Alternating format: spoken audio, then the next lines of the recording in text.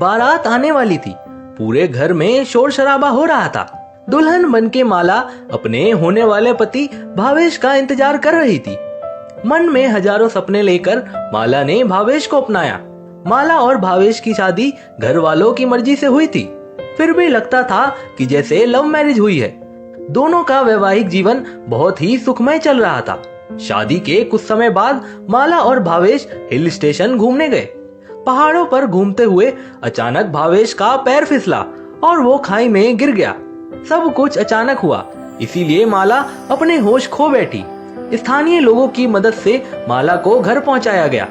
बेटे को खोने के गम में माला की सास माला को अपशगुनी मानने लगी। तू अकेली क्यों आ गई? मेरे भावेश को कहाँ छोड़कर आ गई? अरे भावेश की जगह खाई में तू गिर जाती तो अच्छा रहता। तूने ही मेरे भावेश को खाई में गिराया है, मनहूस कहीं की। तुझे भी कभी सुख नहीं मिलेगा। तू भी मेरी तरह जीवन भर तड़पती रहेगी। ससुर जी से ये सब देखा नहीं जाता। वे बहुत समझाते कि एक औरत होकर तू बहू को ऐसे कैसे बोल सकती है, इसमें इसका क्या दोष। हमारे भावेश की इतनी ही सासें थी, लेकिन माला की सास कुछ समझने को तैयार ही नहीं थी। सास के रोज रोज के तानों से परेशान माला ससुराल छोड़ मायके में रहने आ गई। मायके में माता पिता के साथ छोटा भाई और बहन भी रहते थे। माला की छोटी बहन सीमा की शादी 2 दिन बाद थी। उसी की तैयारियां चल रही थी। माला ने मदद करना चाहा, पर उसको सभी सुहाग की किसी भी चीज को हाथ लगाने से मना कर रहे थे। ससुराल हो या मायका, कोई ना कोई माला का मन दुखा ही देता था। माला का जीवन बेरंग हो चुका था और उसकी कोई संतान भी नहीं थी। उसने कॉलेज से बीएड की हुई थी, इसीलिए एक स्कूल में टीचर बन गई। दिन भर स्कूल जाती और घर पर आकर मम्मी और बहन के घरेलू कामों में हाथ बटाती। वैसे तो माला मायके में खुश रहती, पर उसे अपना अकेलापन काटने को दौड़ता था। बहुत ही अकेली रह गई थी। जब से छोटी बहन की शादी पक्की हुई है, तब से सीमा भी व्यस्त रहती है और छोटा भाई अपने पढ़ाई में व्यस्त रहता था। माला बहुत ही दुखी रहती। दिन भर तो बच्चों के साथ स्कूल में बीत जाता था, पर शाम होते ही वो थोड़ी सी अनमनी सी हो जाती थी। जिस स्कूल में माला पढ़ाती थी, उसी स्कूल में नितिन सर भी पढ़ाते थे, जो कि माला को बहुत पसंद करते थे। मन से माला भी नितिन को चाहने लगी थी, पर अपनी भावनाओं पर नियंत्रण रखा हुआ था। अब ये सब करने की उम्र भी कहाँ थी। पिछले महीने ही 30 की हुई थी। सीमा की शादी में 2 दिन बचे थे। सारे नेक चार होने बाकी थे। माला का मन खुद को कचोड़ रहा था। तभी उसने सीमा से बात की और सोच समझकर एक निर्णय लिया।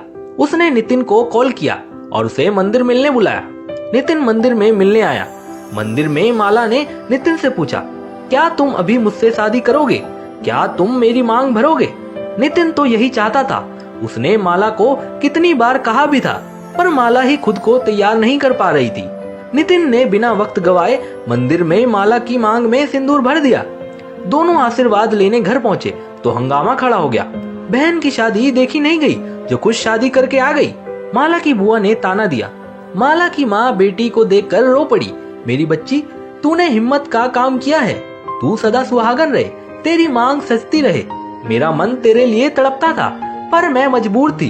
समाज और रिश्तेदारों से डरती थी, पर मेरा मन तो यही चाहता था कि तेरा भी घर दोबारा बस जाए।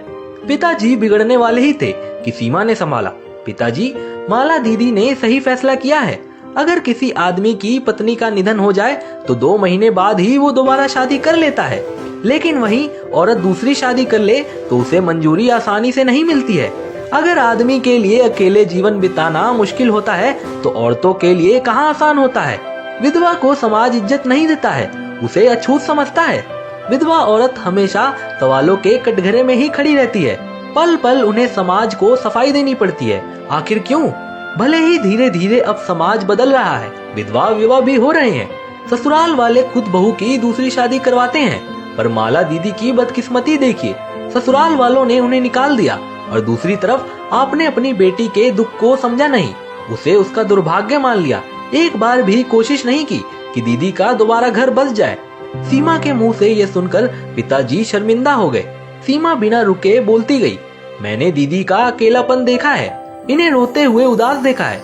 मुझसे ये सब देखा नहीं जाता था, इसीलिए जब दीदी ने मुझे नितिन जीजू के बारे में बताया तो मैंने ही उन्हें कहा कि उन्हें अपनी जिंदगी देखनी चाहिए, ना कि परिवार, समाज और रिश्तेदारों के बारे में सोचना चाहिए।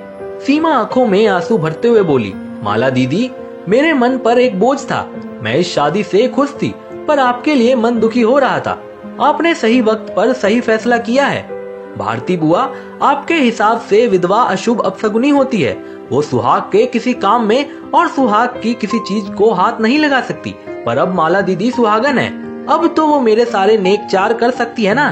भारती बुआ सीमा की बात सुनकर चुप हो गई।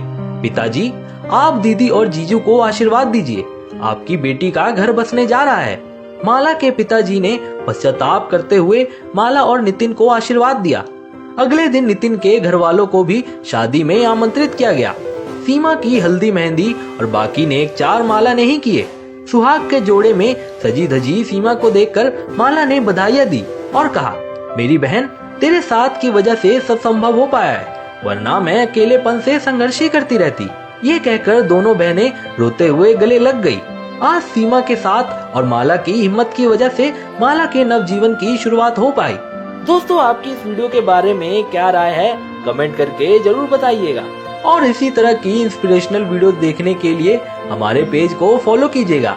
तो मिलते हैं अगली वीडियो में। आपका बहुत बहुत धन्यवाद।